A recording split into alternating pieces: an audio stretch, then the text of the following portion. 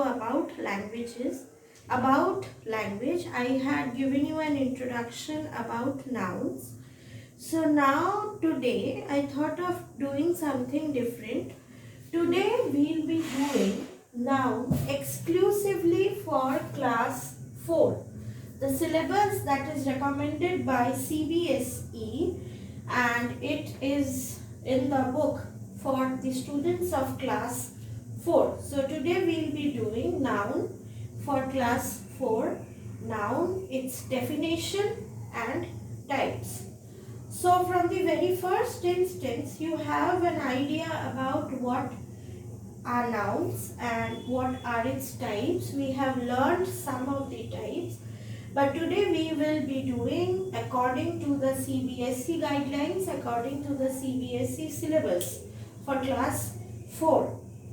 We don't have all the types that are there. We have certain types, okay? So now let's go to the definition. We all know noun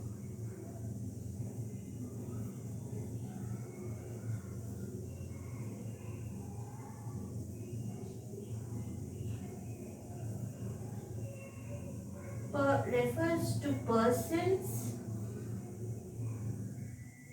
animals, places, things and ideas. We all know that noun, they refer to places, animals, person, ideas, and nouns, they encompass most of the words that we have in a language. So nouns can be and suppose if we say person, name of a person, it can be anyone, like Max, Robin, any name that comes across your mind. Places, if I say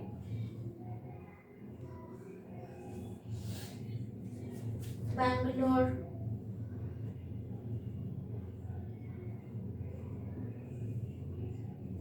Mumbai, any other place, Kolkata, Delhi, US, UK, any other place. Animals,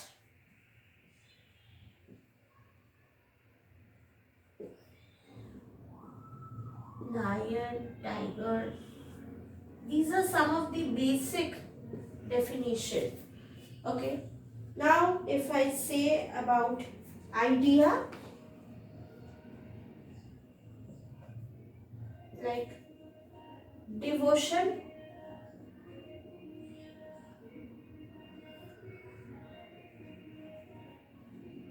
excitement. Okay. So this is what we call it as noun. Any name you can think about, any name, that is known as noun. Now we'll be coming to the different type of nouns that class 4 is having in their syllabus.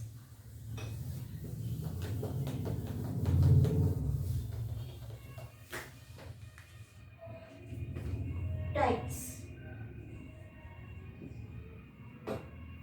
We have proper noun,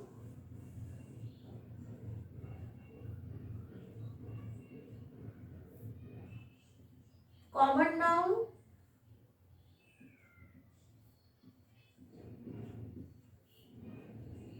abstract noun,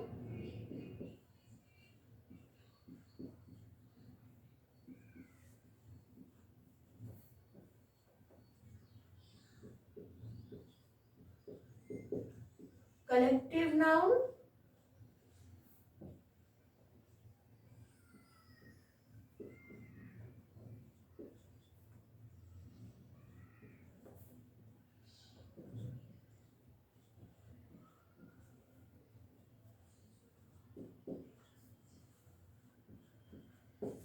Okay, so these are some of the types that we will be doing for today's video. Now we'll come to proper noun. What is a proper noun? At a first glance, we'll say proper noun refers to something specific. Anything specific refers to as a proper noun. Proper noun is a name which refers only to a single person, a single place, okay, and there is no common name for it. And in written English, a proper noun always begins with capital letters. So what are the key points that we'll be getting? Single, like I said, specific. Single names, that is of places, animals, objects. Okay? In English,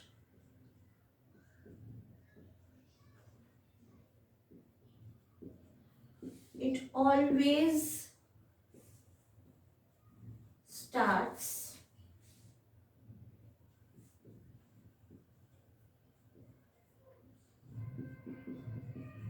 with a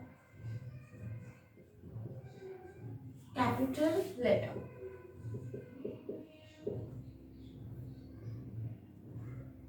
And there is no common name for it.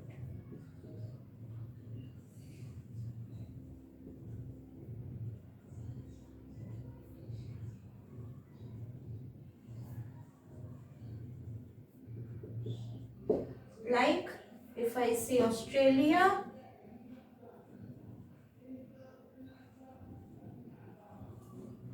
then if I say I live in Kolkata.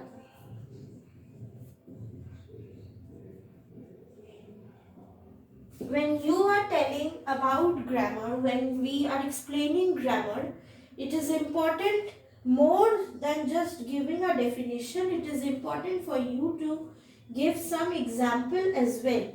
Because if you give an example, then the reader gets much more clear about what you are trying to say. Kolkata, it is a proper noun because Kolkata, there is only one Kolkata that we have. There isn't any other. Okay. So this particular place, anything that is particular, anything that is one, that is known as the proper noun. Take it as only one. There isn't any double or triples of it. Now we'll be coming to common noun.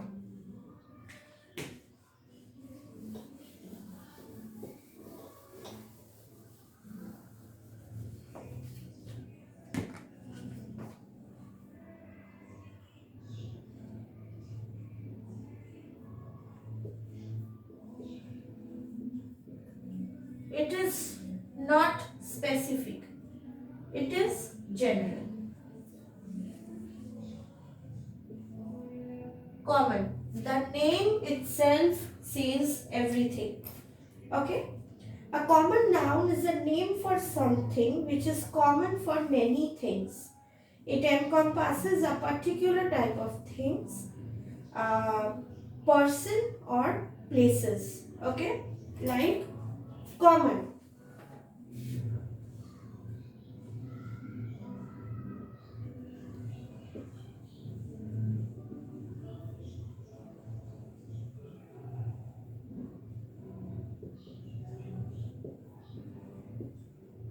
Anything that is common. Like if I say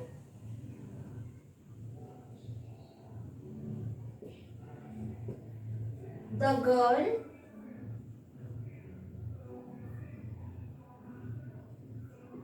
won the match. We are saying the girl. It is a common noun. We don't know who that girl is. It can be anyone, A, B, C, D, E, F, anyone. But if I say Preeti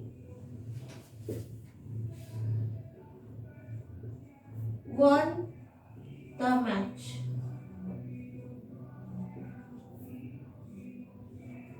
Preeti is the proper noun. Why?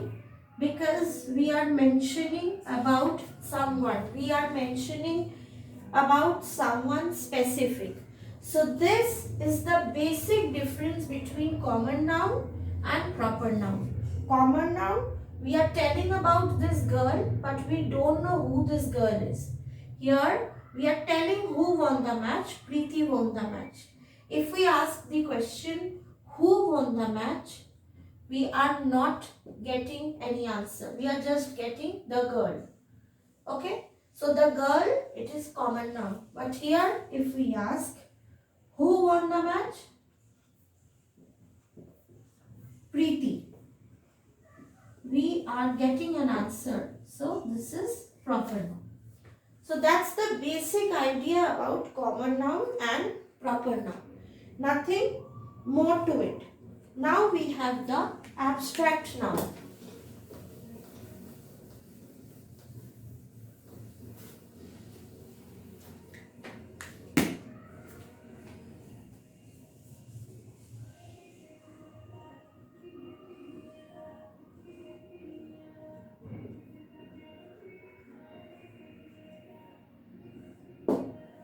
What is abstract noun? An abstract noun is a word for something that cannot be seen but is there. It has no physical existence.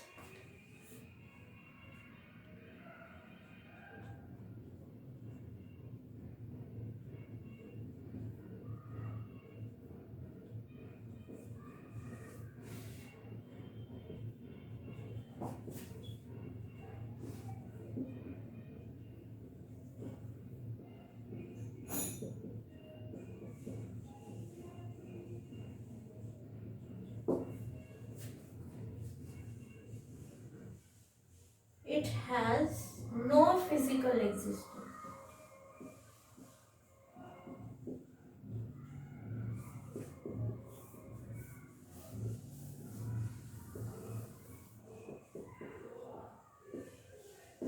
You cannot touch this abstract noun, okay? About what we are talking, you cannot touch them, but you can feel them. If I say sorrow,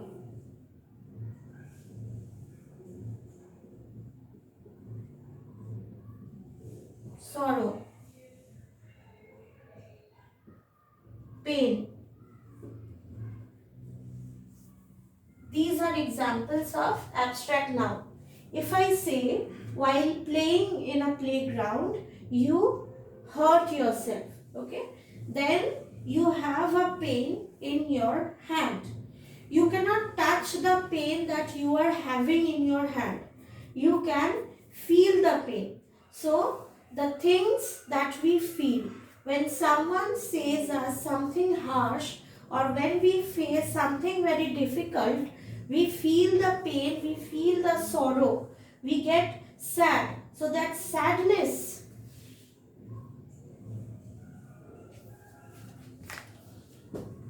sorrow if I say, so that sadness is something that we feel. Happiness, when we get something that we had expected, the happiness that we get, that is a abstract noun. Anything that we feel, emotions, feelings, okay, they are known as abstract noun. So now as we are doing abstract noun, I'll just give you a glimpse of what is concrete noun. Concrete noun is just the opposite of abstract noun.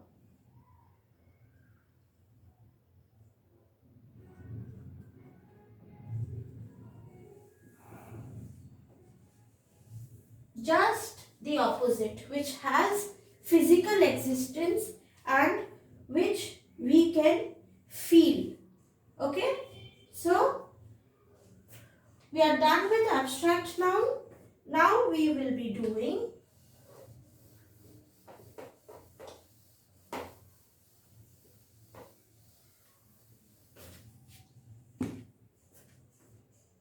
collective noun.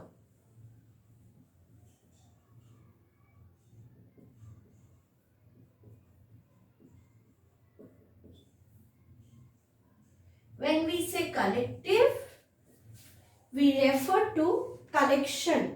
A collective noun is a word for a group of things, people or animal. Group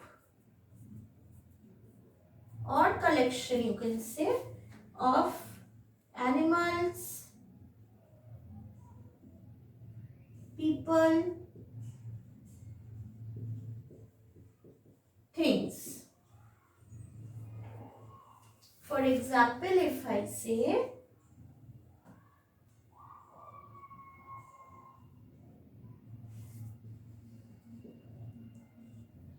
Team India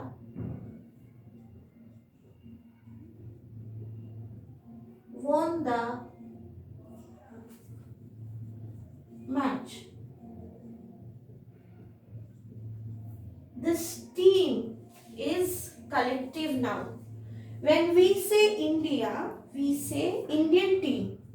We don't say about each and every player that we have in Indian cricket team, right?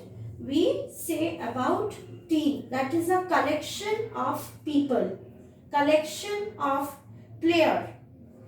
Okay, now if I say a school of fish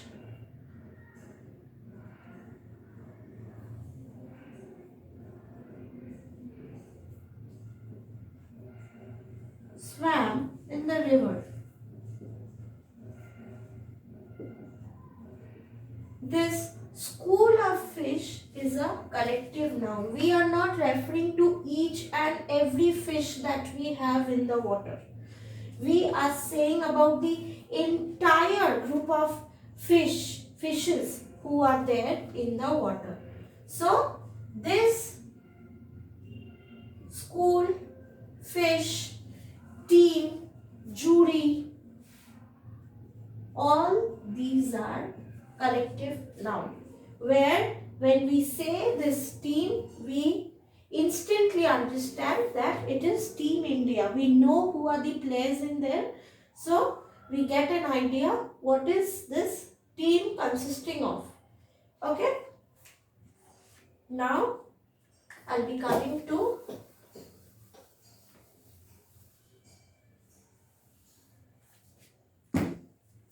countable noun.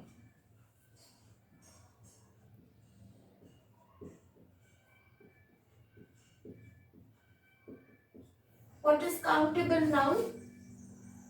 The nouns that can be counted are called countable nouns. Countable nouns can take an article a and the.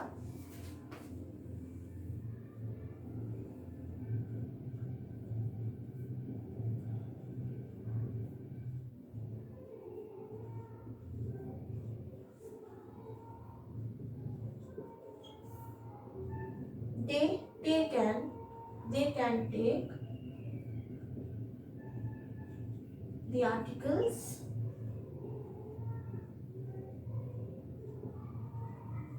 a and the. Anything, any noun that we can count, it is known as a countable noun. If I say one chair, 10 eggs,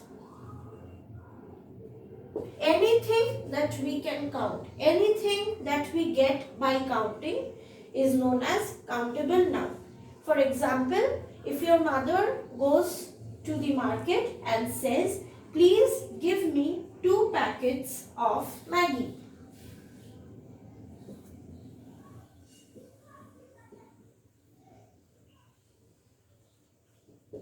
The shopkeeper, he counts and he gets 2 packets for you. Nothing more, nothing less. So anything that we can count, it is known as the countable noun. Now we come to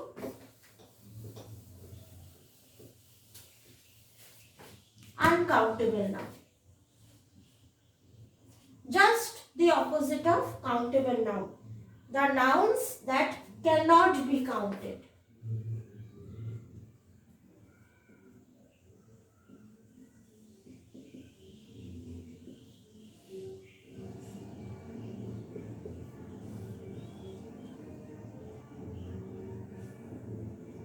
For example,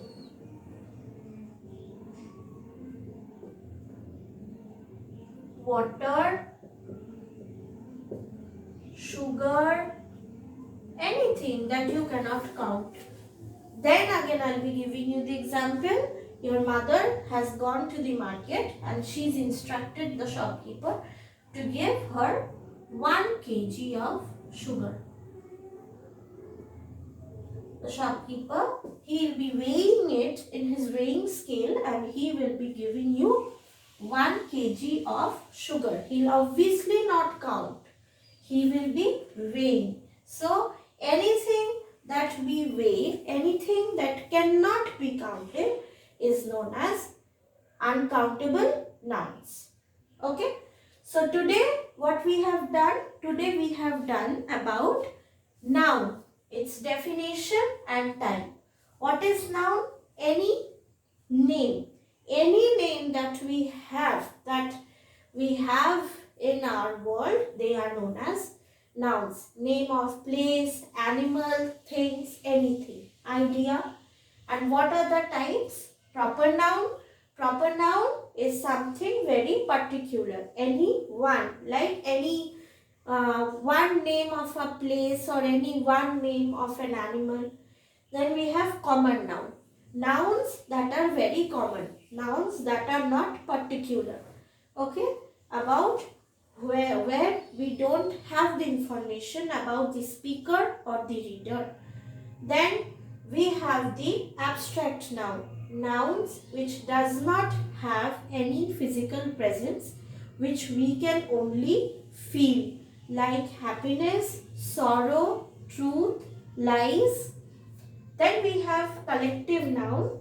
Any collection, nouns that tell us about collections or groups are known as collective noun. For example, a school of fish swam in the river. Okay. Then we have the countable noun. Nouns that can be counted are called countable nouns, like 10 eggs, 1 chair, 1 table, and finally we have the uncountable nouns, that is the nouns that cannot be counted are known as uncountable nouns, like water, sugar, anything that we get by weighing, that is known as the uncountable nouns. So that was all for today. In the next video, I'll be giving you some more interesting facts about a different topic. So for getting such interesting topics, stay updated with us. Thank you.